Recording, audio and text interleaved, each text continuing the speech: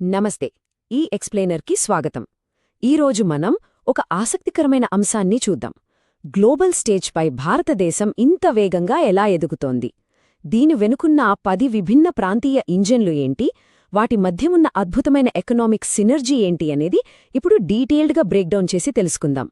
ఇక ఈ ఎక్స్ప్లెయినర్లో మన అజెండా చూస్తే, మొదటగా జీడీపీ అంకెల కంటే ముందున్న వాస్తవాలు, ఆ తర్వాత ఇన్నోవేషన్, టెక్ హబ్లు, తయారీ రంగంలో దిగ్గజాలు, దేశానికి శక్తినిచ్చే వనరులు, వాణిజ్యం, మానవ వనరులు, చివరగా ద సూపర్ పవర్ ఈక్వేషన్. ఈ రాష్ట్రాల బలాలు ఒకదానికొకటి ఎలా కనెక్ట్ అయ్యి ఒక ఎకనామిక్ సూపర్ పవర్ను నిర్మిస్తున్నాయో చూద్దాం. మొదటి భాగం జీడీపీ అంకెల కంటే ముందు మారుతున్న ప్రపంచ దృక్పథం. అసలు ఆన్లైన్లో మనకు తరచుగా కనిపించే అమెరికా, ఇండియా బేస్లైన్ కంపారిజన్తోనే దీన్ని ప్రారంభిద్దాం. పైపైన చూస్తే ఏమనిపిస్తుంది? మన ఇండియా $4.2 ట్రిలియన్ జీడీపీ దగ్గరుంటే, అమెరికాలోని కేవలం ఒకే ఒక రాష్ట్రమైన కాలిఫోర్నియా ఏకంగా $4.5 ట్రిలియన్ జీడీపీతో ఉంది. ఇది చూసి మన ఎకానమీ చిన్నదేమో అనిపిస్తుంది కదా. కాని కేవలం ఈ నంబర్లను మాత్రమే చూస్తే మనం అసలు కథను మిస్ అయినట్లే. ఎందుకంటే ఇక్కడ అత్యంత కీలకమైన పాయింట్ మరొకటుంది. అదేంటంటే, ఇన్ఫ్లేషన్ దెబ్బకు అమెరికా లాంటి పాశ్చాత్య దేశాల వృద్ధి రేటు -0.5% పడిపోతుంటే, మన దేశం మాత్రం ఏకంగా 7% భారీ గ్రోత్ రేట్తో దూసుకుపోతోంది. ఇది మామూలు విషయం కాదు. రెండవ భాగం ఇన్నోవేషన్ మరియు టెక్ హబ్లు, భవిష్యత్ కోసం మౌలిక సదుపాయాలు. ఈ వృద్ధిలో ముఖ్యంగా కర్ణాటక, తెలంగాణ రాష్ట్రాలపై ఆధారపడిన టెక్నాలజీ సెక్టార్ పాత్ర చాలా ఇంట్రెస్టింగ్గా ఉంటుంది. కర్ణాటకను సిలికాన్ వ్యాలీ ఆఫ్ ఇండియా అంటారని మనందరికీ తెలుసు.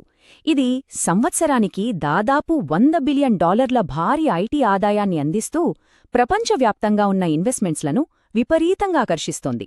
ఇంకో విశేషమేంటంటే, ప్రపంచంలోని ఫార్చ్యూన్ 500 కంపెనీల్లో ఏకంగా 400 కంపెనీలు తమ బ్రాంచ్లను ఇక్కడే ఏర్పాటుచేశాయి. ఇది ఎంత అద్భుతంగా ఉంటుందంటే, ఒకవైపు మైక్రోసాఫ్ట్, అమెజాన్ లాంటి గ్లోబల్ టెక్ దిగ్గజాల కార్యకలాపాలు, మరోవైపు ఇస్రో ప్రధాన కార్యాలయం నుండి చంద్రయాన్, మంగళయాన్ లాంటి స్వదేశీ అంతరిక్ష ప్రయోగాలు, ఈ రెండింటినీ ఈ రాష్ట్రం బ్యాలెన్స్ చేస్తున్న తీరు నిజంగా అమోఘం.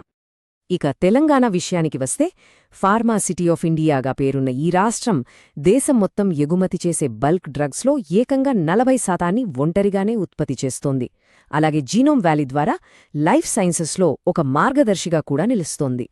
అంతేకాదు, మన దేశంలో అత్యంత పిన్న వయసున్న రాష్ట్రం అయినప్పటికీ తెలంగాణలో 4000కు పైగా యాక్టివ్ స్టార్టప్స్ ఉన్నాయి. అంటే జర్మనీ, సింగపూర్ కంటే ఎక్కువే అన్నమాట. ఏఐ, ఫిన్టెక్, అగ్రికల్చర్ టెక్ రంగాలపై స్పెషల్ ఫోకస్ పెడుతూనే ఆకాష్, అస్త్ర లాంటి క్షిపణుల తయారీతో దేశానికి ఒక కీలకమైన డిఫెన్స్ మ్యానుఫ్యాక్చరింగ్ హబ్గా కూడా సేవలందిస్తోంది. మూడవ భాగం తయారీ రంగంలో దిగ్గజాలు, వెన్నెముకను నిర్మించడం. సరే, ఇప్పుడు ఈ టెక్ పునాది మహారాష్ట్ర, గుజరాత్ మరియు తమిళనాడు రాష్ట్రాలలో భారీ పారిశ్రామిక ఉత్పత్తిగా ఎలా మారుతోందో చూద్దాం. మహారాష్ట్ర మన దేశ ఆర్థిక రాజధాని. ఏకంగా $580 బిలియన్ ఎకానమీ దీని సొంతం. జాతీయ జీడీపీలో 15% కాంట్రిబ్యూట్ చేస్తూ ఆటోమొబైల్స్, కెమికల్స్, ఎలక్ట్రానిక్స్ రంగాన్ని ఇది పరుగులు పెట్టిస్తోంది. ఇది గనక ఒక దేశమైతే దీని ఆర్థిక వ్యవస్థ పాకిస్తాన్, బంగ్లాదేశ్ కంటే పెద్దదిగా ఉంటుందంటే మీరే అర్థం చేసుకోండి. ఇక దక్షిణాదిన చూస్తే తమిళనాడు డెట్రాయిట్ ఆఫ్ ఇండియా అనే పేరు తెచ్చుకుంది. ఎందుకో తెలుసా? BMW, ఫోర్డ్, హ్యుందాయ్ లాంటి భారీ ప్లాంట్లతో ఆటోమోటివ్ తయారీలో సత్తా చాటుతూ దేశంలోనే అత్యంత సంపన్న రాష్ట్రాల్లో ఒకటిగా నిలిచింది. వాస్తవానికి దేశంలో తయారయ్యే మొత్తం ఆటోమొబైల్స్లో, అంటే బస్సులు, ట్రక్కులు, టూ వీలర్స్, ఎలక్ట్రిక్ వాహనాలతో సహా ఏకంగా 35% కేవలం ఈ ఒక్క రాష్ట్రంలోనే తయారవుతున్నాయి. దట్ ఈజ్ హ్యూజ్ కదా. మరోవైపు బిజినెస్ ఫ్రెండ్లీ పాలసీలతో తయారీ రంగంలో ఆధిపత్యం చెలాయిస్తున్న గుజరాత్ గురించి కూడా చెప్పుకోవాలి. అహ్మదాబాద్, సూరట్ లాంటి భారీ పారిశ్రామిక హబ్లను నడిపిస్తూ దీన్ని ఫ్యాక్టరీ ఆఫ్ ఇండియాగా పిలుస్తారు. ఇక్కడ మనం గమనించాల్సిన అత్యంత కీలకమైన పాయింట్ ఒకటుంది. కేవలం 5% భూభాగం మాత్రమే ఉన్న గుజరాత్ తన అద్భుతమైన పోర్ట్ ఇన్ఫ్రాస్ట్రక్చర్ను వాడుకుని దేశమొత్తం గూడ్స్ ఎక్స్పోర్ట్స్లో ఏకంగా 25% అంటే $120 బిలియన్ వాణిజ్యాన్ని కాంట్రిబ్యూట్ చేస్తోంది. 4వ భాగం దేశానికి శక్తినివ్వడం, విద్యుత్ మరియు ఆహారం. ఇంత వేగంగా నడుస్తున్న ఆర్థిక వ్యవస్థకు అంతే భారీ స్థాయిలో విద్యుత్, ఆహారం అవసరం కదా? అవి ప్రధానంగా రాజస్థాన్, ఆంధ్రప్రదేశ్ రాష్ట్రాల నుండి ఎలా వస్తున్నాయో ఇప్పుడు విశ్లేషిద్దాం. ముందుగా రాజస్థాన్ విషయానికి వస్తే, అక్కడి భద్లా సోలార్ పార్క్ క్లీన్ ఎనర్జీ రంగంలో ఒక విప్లవమనే చెప్పాలి. ఇది ఏకంగా 18,000 మెగావాట్ల విద్యుత్ని ఉత్పత్తి చేస్తోంది. ఒక చిన్న ఉదాహరణ చెప్పాలంటే, శ్రీలంక సైజులో ఉన్న 5 దేశాలను ఒకేసారి నడపడానికి ఈ పవర్ సరిపోతుంది.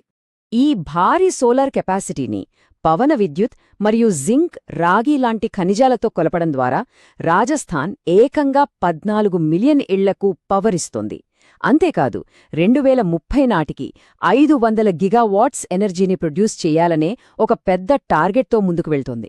ఇక ఆహార భద్రత విషయానికొస్తే, రైస్ బౌల్ ఆఫ్ ఇండియాగా పిలువబడే ఆంధ్రప్రదేశ్ దేశ ఆహార అవసరాల్లో ఏకంగా 30% కాంట్రిబ్యూట్ చేస్తోంది.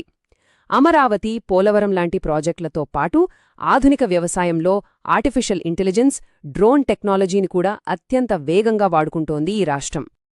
5వ భాగం వాణిజ్యం మరియు మానవ వనరులు, ప్రపంచంతో అనుసంధానం.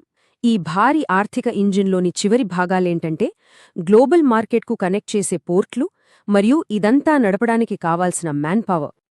పశ్చిమ బెంగాల్ 30% ఎగుమతులు, దిగుమతులను హ్యాండిల్ చేస్తూ స్టీల్, జ్యూట్ లాంటి ముడిసరుకులనందించే కీలకమైన తూర్పు ద్వారంగా పనిచేస్తోంది.